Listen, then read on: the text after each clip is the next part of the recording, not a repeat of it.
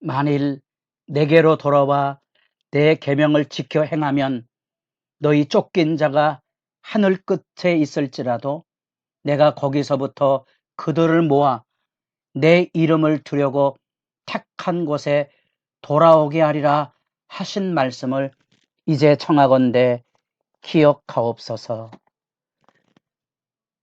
하나님의 나라의 영광을 내다보며 새벽을 깨우는 거룩한 기도자 여러분, 주님의 말씀에 의지하여 하나님의 영광 앞에 기도하는 복된 시간이 풍성하기를 소망합니다. 오늘의 본문 말씀은 이사야 43장 1절로부터 13절까지의 말씀입니다. 우리는 이제 드디어 하나님께서 구원 역사에 대한 전망을 통하여 바벨론에서 구원할 하나님의 구원 계획과 그 말씀의 영원함과 그 자기 백성을 향한 놀라운 사랑, 그들을 돌보아 힘을 내서 다시 돌아오게 하시려는 배려를 만나게 되는데, 그 역사의 증언들이 나타납니다. 법적인 소송을 통하여 법정으로 불러 모으는데, 모든 섬들을 통하여서 모든 제국들을 불러 모으고 그 제국의 신이라고 말하는 우상들을 조롱하듯 불러냅니다. 못을 단단히 박아서 흔들리지 않게 하라. 그리고 여기 와 앉아 있어라.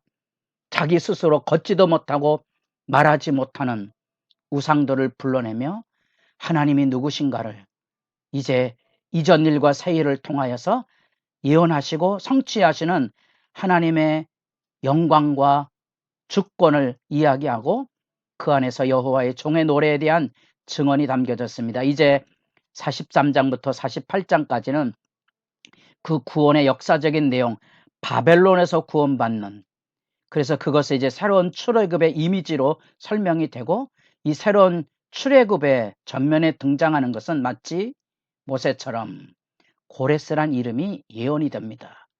이 고레스란 이름이 그런 점에서 역사 속에서 하나님의 백성들이 하나님의 구원하심을 확증하게 될 놀라운 경이로움으로 그 이름을 만나게 될 구원의 이름이 됩니다.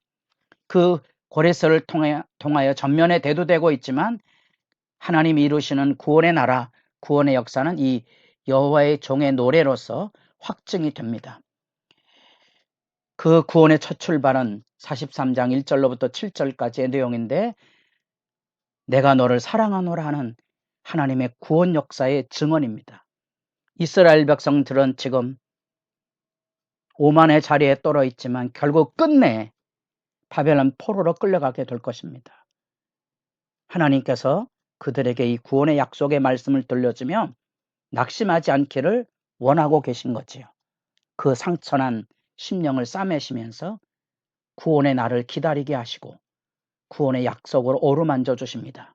내가 너를 사랑하노라. 야곱아, 너를 창조하신 여호와께서 지금 말씀하시느니라. 이스라엘아, 너를 지으신 이가 말씀하시느니라. 이 이사야의 구원 역사의 여호와 하나님은 만물을 창조하신 권능의 하나님으로 제기되고, 뿐 아니라 그 창조의 하나님께서 자기 백성의 고통과 아픔과 신혼, 그들의 죄로 팔려진 모습에서 자기 백성을 값을 주고 사오는 구속의 하나님으로 소개하고 있습니다. 그 창조와 구속의 하나님께서 마치 만물을 지으시고 만물을 빚으셨던 그 하나님께서 오물조물 자기 백성들을, 만물을 창조하듯이 자기 백성들을 이름을 불러서 한 사람 한 사람 아껴서 하나님의 백성으로 불러내는 영광의 이미지가 이곳에 담겨져 있다는 사실입니다. 이 위대한 역사를 아까 우리 서두에서 느헤미야 1장의 호소 속에서 보았습니다. 느헤미야의 눈물의 기도는 예루살렘 성문이 불타없어졌다는 절망의 소식을 듣고 그가 자기 백성을 대표해서 하나님 앞에 통곡하며 울부짖으며 하나님의 언약을 다시 상기시키고 있습니다. 회개하고 돌아서면 저 하늘 끝 땅 끝에서도 자기 백성을 돌이키게 하신다는 약속을 하나님 잊지 않으셨지요? 하는 거죠. 그게 하나님의 언약의 진실함이고, 그게 믿음의 사람들이 붙들고선 하나님 언약 신앙의 모습입니다. 그래서 하나님께서 여기 많은 이들이 애송하는 성고, 너는 두려워하지 말라. 내가 너를 구속하였고 내가 너를 지명하여 불렀나니 너는 내 것이라. 내가 물 가운데로 지날 때에 내가 너와 함께 할 것이라. 강을 건널 때 물이 너를 침몰하지 못할 것이며 내가 불 가운데로 지날 때에 타지도 아니할 것이요 불꽃이 너를 사르지도 못하리니. 무슨 이야기인지 아시겠습니까? 이스라엘 백성들이 그렇게 물불을 건너서 눈물 바다를 통하여 포로로 끌려갔습니다. 40장에서 그 전망을 선포하면서 여호와가 이 땅에 다시 도래할 것인데, 사막에서 우리 하나님의 대로를 평탄케 하라. 골짜기마다 도도지고 산마다 언덕마다 낮아지고 고르지 못한 것이 평탄하게 될 것이라.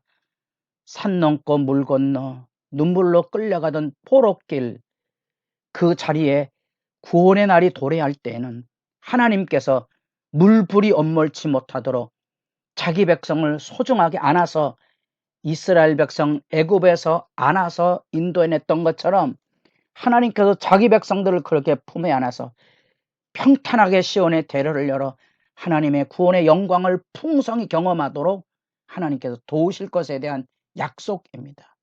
그래서 많은 분들이 이 말씀을 읽으며 현실의 세상을 살아가며 주님의 나라를 기다리는 사람들은 이 말씀을 신뢰하고 이 말씀을 기대하고 기도하며 삽니다. 우리가 겪어가는 인생의 수없는 눈물 골짜기들, 물불을 가리기 어려운 고통과 아픔의 연단을 지나가야 되는 삶의 여정 안에 우리는 이런 말씀이 감격이 되고, 이런 말씀이 기도가 되고, 이것이 우리의 찬양이 되고, 우리에게 이것이 기쁨이 되는 거죠. 우리는 여기서 하나님은 얼마나 언약에 진실하신지 그 남은 자를 찾아서 이처럼 위대한 구원의 약속을 들려주고, 4절 네가 내 눈에 보배롭고 존귀하며 내가 너를 살아가였은즉 내가 내 대신에 사람들을 내어주며 백성들이 내 생명을 대신하니라. 두려워하지 말라. 네가 내 눈에 보배롭고, 어디서 보배란 말을 들었습니까? 이스라엘 백성을 하나님께서 애굽에서 구원할 때 출애굽기 19장에 보배로운 존재로 그들을 불러내셨다는 거예요.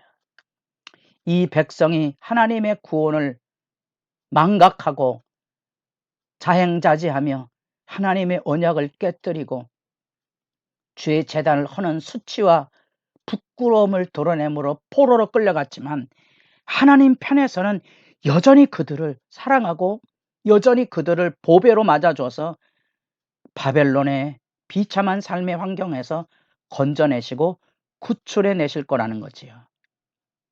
아모스 3장 2절에 보면 땅의 모든 족속 중에 내가 너희만 알았나니, 독점적인 하나님의 구원의 사랑이 표현되고 있는 거죠. 이 말은 우리로 하여금 철저하게 하나님 앞에 거꾸러지게 합니다. 얼마나 많이 울어야 됩니까? 사람들이 하나님의 사랑을 받고도 그 은혜를 경험하고도 악을 행하고 하는 모습 앞에 얼마나 많이 울어야 됩니까? 땅의 모든 족속 중에 내가 너희만 알았나니, 그게 하나님의 구원의 부름이고요. 그래서 8절로부터는 그 증인의 사명이 이스라엘 백성에게 들려지게 됩니다. 여호와에 대한 증언입니다. 여러분들이 혹시 여호와의 증인들이 이사야 40장 43장 10절을 들고 여기 여호와의 증인이라고 되지 않습니까? 9절로 들고 있는 우스꽝스러운 경험을 가진 적이 있습니까? 이 여호와의 증인은 여호와의 증인이라는 교단을 이루라는 얘기가 아니고요. 이스라엘 백성, 구원받은 백성의 본분이 여호와의 증인이며, 그 여호와의 증인의 사명은 곧 여호와의 종의 노래로 나옵니다. 여호와의 종의 노래로 나오는 예수 안에는 백성들이 이 여호와의 구원의 증인인 겁니다.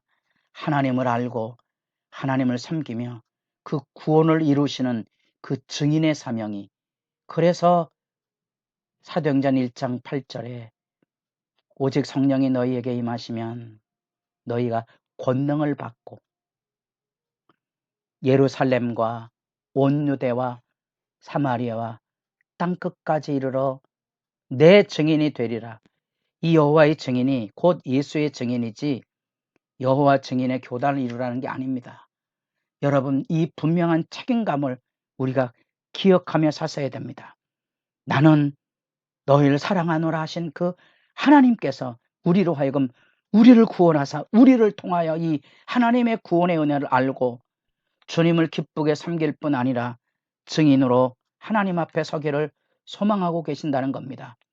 하나님 만물을 창조하시고 오물조물 사랑으로 만물을 지으셨던 그 사랑의 손길처럼 자기 백성을 한 사람 한 사람 불러내시고 이름으로도 알아주셔서 지명하여 불러내신 놀라운 사랑을 기억하시고, 나는 여호와 네 하나님, 이 구원을 이루는 그 하나님이 누구인지를 알아야 하고, 나는 여호와 네 하나님 그 구원의 이름을 가지고 하나님 앞에 서야 하는데, 호세아의 눈물을 기억하시죠?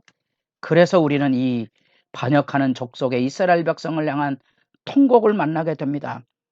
에스겔서 12장 2절에 눈이 있어도 보지 못하고 눈앞에 있는데 보지 않는다는 거예요. 귀가 있어 듣지 않습니다. 그 반역하는 족속, 그 답답한 통곡과 구원의 증인으로서의 자기 번번을 내다보는 사명의 부르짖음, 아버지여, 아버지 뜻대로 살게 하셔서 우리가 선을 행함으로 이웃에게 나눠줌으로 우리를 통하여 찬미의 제사, 하나님의 이름이 높여지는 삶을 여러분도 꿈꾸고 내다보고 기도하시기 바랍니다.